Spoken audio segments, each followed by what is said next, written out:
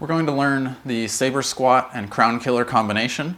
This is a pretty basic combination that is great for full body. You're going to get core, arms, and legs. So I'll demonstrate how to do the movement first, and then we're going to break it all down, give you all the tips that you need. Here.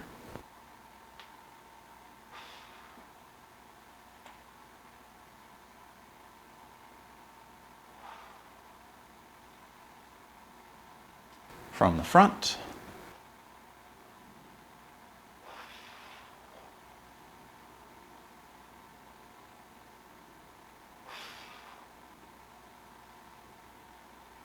Okay, so for this, I'm using a 10-pound mace. If you're newer to this, you may want to start a little bit lighter if you have a 7-pound mace, maybe a 5. If you have a 20-pound mace, you may need to modify this a little bit for your first time, but if you can, we're going to try to hold down at the very bottom of the mace. Hands are stacked one on top of the other. So left hand is at the very bottom of the mace, and I have my right hand on top. I would start with your more dominant hand on top. You'll be able to switch this up as you go through the movements, but just to start out, I like to be the most comfortable to start.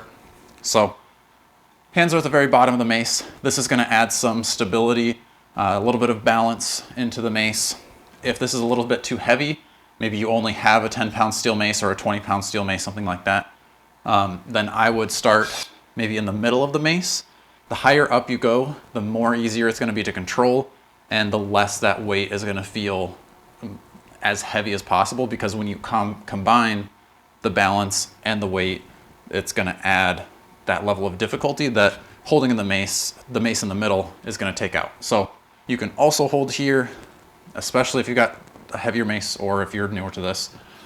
But we're going to think about the crown killer as if it's almost like a standing sit-up. So as you bring the mace back, you want to bring it back with control. If you go back too fast, you're going to hit your lower back. That's not what we want to be doing. We want to bring the mace back with control. And so in this back position, my back is slightly arched. My chest is forward. I have a little bit of a round in my back. Now to come forward, I want to think, like I said, a standing sit-up. So I'm going to drive with my core first. I'm going to bring those ribs down as I bring the mace back over. And then when I finish, I'm kind of in this hollow position, a little bit of a rounded torso. So my hips are in front, my shoulders are in front, and this is going to give me good balance here. My core is really engaged.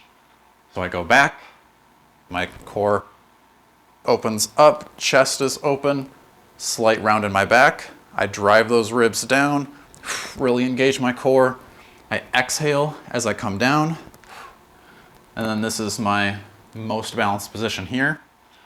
For the saber squat means we're holding the mace straight up and down, just like we're doing with the crown killer. But I'm going to also press out as I go down.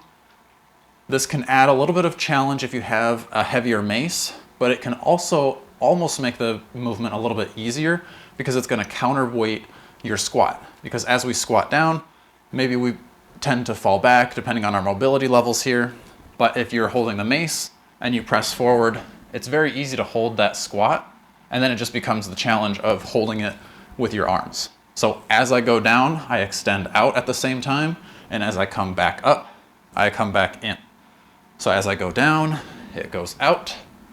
As I come up, it comes in. Okay? So for that, you can also add a little bit of a twist in the mace. That's going to help you balance.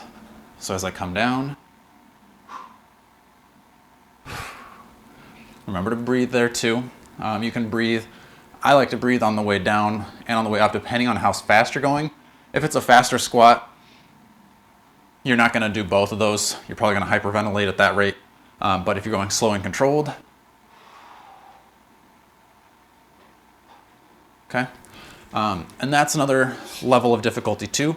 Just like with most steel mace movements and combinations, the level of speed that you're using can sometimes make things harder or easier.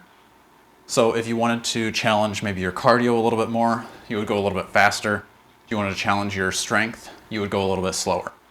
With this combination, I would never go like a sprint pace because you wouldn't always be in control as you're coming back. If you go too fast, you're going to connect and hit your lower back with the mace.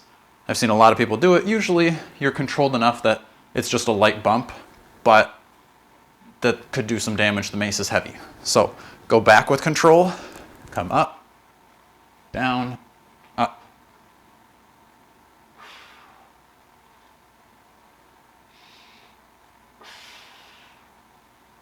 Okay, from the front, we go back. I add that twist with my hands, drive with the core, extend, and bring it back up. Back, down, and up.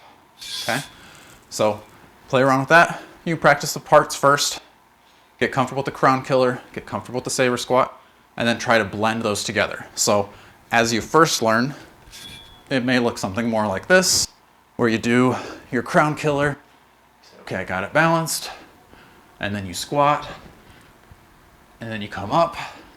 Okay, it's balanced. And I go back. Balance. But to try to smooth that out, just try to go straight from the crown killer into the squat, where you go back. And then down. Straight back. Straight down. Okay?